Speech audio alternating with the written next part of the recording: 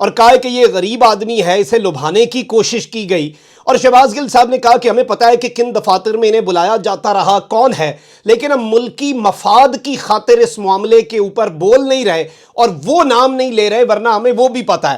اب ظاہری بات ہے یہ واضح اشارہ کس کی طرف ہے یہ سب کو معلوم ہے، اور یہ جو ملازم ہے اس کے حوالے سے اب جو اسلام آباد پولیس ہے اس نے ایک نیا موقف اپنایا ہے، اور انہوں نے پبلکلی آ کر اپنا جو سٹانس ہے وہ سامنے رکھا ہے۔ کہتے ہیں کہ اسلام آباد کیپٹل پولیس کو بنی گالہ ہاؤس میں تعینات ملازمین کی لسٹ ابھی تک فراہم نہیں کی گئی۔ ملازمین کی لسٹ دینے کے حوالے سے اسلام آباد پولیس نے عمران خان سے متعدد بار درخواست کی۔ قانون نافذ کرنے والے اداروں کے لیے بنی گالہ ہاؤس میں کام کرنے والے ملازمین کی شناخت ایک چیلنج ہے۔ جب تک ملازمین کی مکمل لسٹ فراہم نہیں کی جاتی ان کا بیک گراؤنڈ معلوم نہیں کیا جا سکتا۔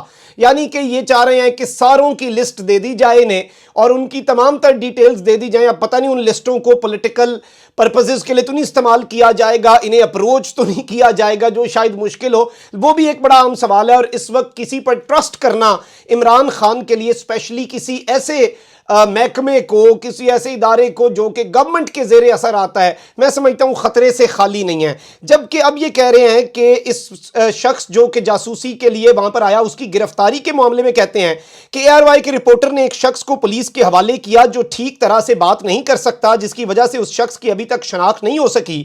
شخص کی جسمانی اور دماغی حالت جاننے کے لیے اس کا میڈیکل ٹیسٹ کروایا جائے گا۔ اطلاعات کے مطابق شخص کو کل سے بنی گالہ ہاؤس میں گرفتار رکھا گیا تھا۔ اس کیس میں ARY رپورٹر کی طرف سے کوئی شواہد یا تفصیل فراہم نہیں کی گئی، تاہم پولیس تفتیش کر رہی ہے، جلد اصل حقائق سے آگاہ کر دیا جائے گا۔ یہ اسلام آباد پولیس کا کہنا ہے۔ ہمارے دوست جو ہیں عبد القادر جو کہ ARY کے رپورٹر ہیں، وہ بیسیکلی اس ساری صورتحال کے اندر جب اس شخص کو چہرے کے اوپر کپڑا ڈال کے بنی گالہ سے باہر نکالا گیا تو شہباز گل صاحب کے حوالے سے معاملہ سامنے آیا کہ یہ وہاں پر پولیس بھی موجود تھی جب شہباز گل صاحب نے یہ معاملہ کیا، اور اب کہا جا رہا ہے کہ ARY نیوز کے علاوہ ایکسپریس نیوز کے رپورٹر، 24 نیوز کے رپورٹر اور دیگر صحافی بھی موقع پر موجود تھے۔ اسلام آباد پولیس کے اعلیٰ ترین افسر کی موجودگی میں جاسوس پیش ہوا۔ واپسی سے قبل صحافیوں سے درخواست کی گئی کہ جاتے ہوئے اسے چوک میں اتار دیں، اور اس کے بعد کیا ہوا؟ اس سے قبل کہ ہم عمران خان چوک پر اس نوجوان کو اتارتے، اسلام آباد پولیس کے اہلکاروں نے ہم سے خود کہا کہ یہ نوجوان ہمیں مطلوب ہے، اسے ہمارے حوالے کر دیں، آپ جا سکتے ہیں۔ قانون کی مکمل پاسداری کرتے ہوئے پولیس نے جب رپورٹر کو کہا کہ یہ بندہ ہمیں چاہیے تو انہوں نے کہا کہ ہم نے دے دیا، اور ان کے پاس ثبوت بھی ہے ویڈیو۔ اور اسلام آباد پولیس غلط بیانی اور اپنا ایک موقف پتہ نہیں اس معاملے کو پیچیدہ بنانے کے لیے سامنے لا رہے ہیں، اور اس صورتحال کے اندر اب یہ خود بھی ایکسپوز ہوتے جا رہے ہیں۔ جبکہ اب صورتحال یہ ہے کہ عمران خان صاحب نے لاہور کا دورہ کیا، بڑے پیمانے پر چاروں حلقوں کے ورکر کنونشن سے خطاب، اور انہوں نے کہا کہ ضمنی انتخابات میں اب عوام نے لوٹوں سے بدلہ لینا ہے۔ جبکہ دوسری جانب سوات کے ضمنی انتخابات میں PTI کو واضح برتری ملی، اور لوگوں کو پتہ بھی ہے کہ PTI جو ہے وہ ری الیکشن چاہتی ہے، ان کا ہو سکتا ہے امیدوار ایون چاہے وہ حلف بھی نہ اٹھائے، لیکن لوگ اب PTI کو ووٹ دے رہے ہیں۔ جہاں پر PTI نہیں ہے وہاں پر کیا ہو رہا ہے جی؟ وہاں پر ٹرن آؤٹ ہی نہیں ہوتا۔ اور اس وقت PK7 کے ضمنی انتخابات میں PTI کے امیدوار کھل کر بہت آگے ہیں، JUI نہیں ہے وہاں پر، ANP دوسرے نمبر پہ، باقی کوئی پارٹی نہیں وہاں پر آ سکی، یعنی سب ANP کو سپورٹ کر رہے ہیں، اتحاد کا حصہ ہیں، لیکن اس کے باوجود انہیں وہاں پر شکست فاش ہوئی ہے، انہیں وہاں پر منہ کی کھانا پڑی ہے۔ جبکہ دوسری جانب پورا دن سندھ کے جو بلدیاتی انتخابات ہیں ان کے اندر کیا کچھ نہیں کیا گیا، اور وہ سارے ایریاز پہلے مرحلے میں تھے جہاں پر 27 MNAs کا وہ ایریا بنتا ہے، جن میں سے 24 پیپلز پارٹی کے ہیں، لیکن سندھ بلدیاتی انتخابات میں پورا دن پیپلز پارٹی کی غنڈہ گردی، ریاستی مشینری کی مدد، توڑ پھوڑ، اور اس کے باوجود وہاں سے عملے کے پاس سے وہ پیپرز چوری ہونا، کیا کچھ نہیں ہوا، کیا کچھ تماشا نہیں لگا گیا، اور وہ پہلے ہی عمران خان کی جیت تھی۔ اس کے باوجود عمر کوٹ سے PTI نے میدان مار لیا ہے، اب تک 14 میں سے 6 وارڈز میں PTI کی کامیابی کی بات آئی ہے۔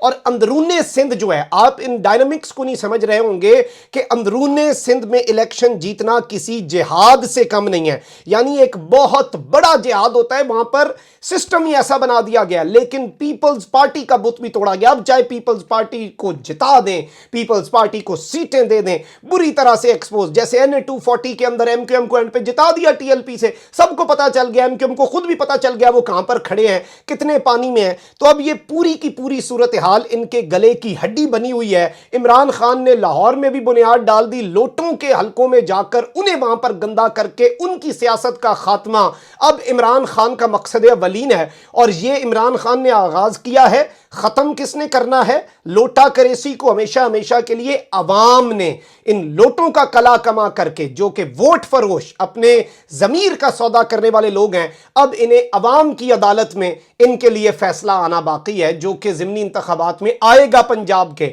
اور تخت لاہور لرز اٹھا ہے سندھ کے پی کی چیزیں دیکھ کر. اپنا بہت خیال رکھیں. اللہ نگہبان. پاکستان زندہ باد.